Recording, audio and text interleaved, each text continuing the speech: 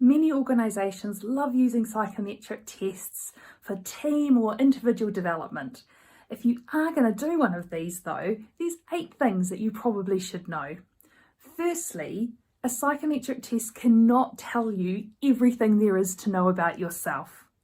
Secondly, they're often problematic because research about their validity tends to come from the organisations that created them rather than from academically peer-reviewed studies.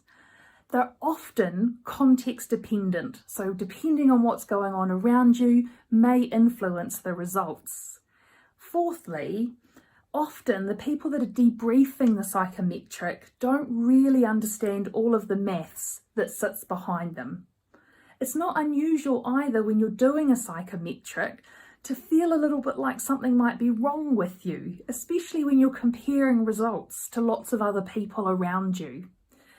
What often tends to happen as well is confirmatory bias will come into play. So you'll only see what it is that you're seeking to see, and you'll filter out any other information to the contrary.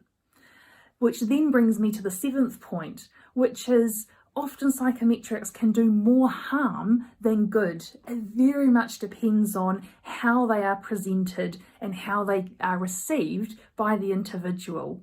And that brings me to the last point, the 8th thing that you should probably know, which is often psychometrics get used as an excuse for people's behaviour, and so they don't end up being developmental at all. In fact, they give people permission to stay stuck where they are.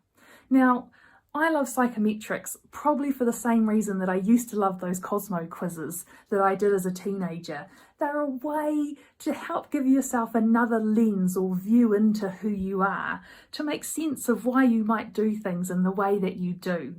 But you know yourself best, not some computer-generated report. So remember, if you do a psychometric and things in there really resonate for you, then by all means take everything from it that you can. But if it doesn't, then just dump it and walk away.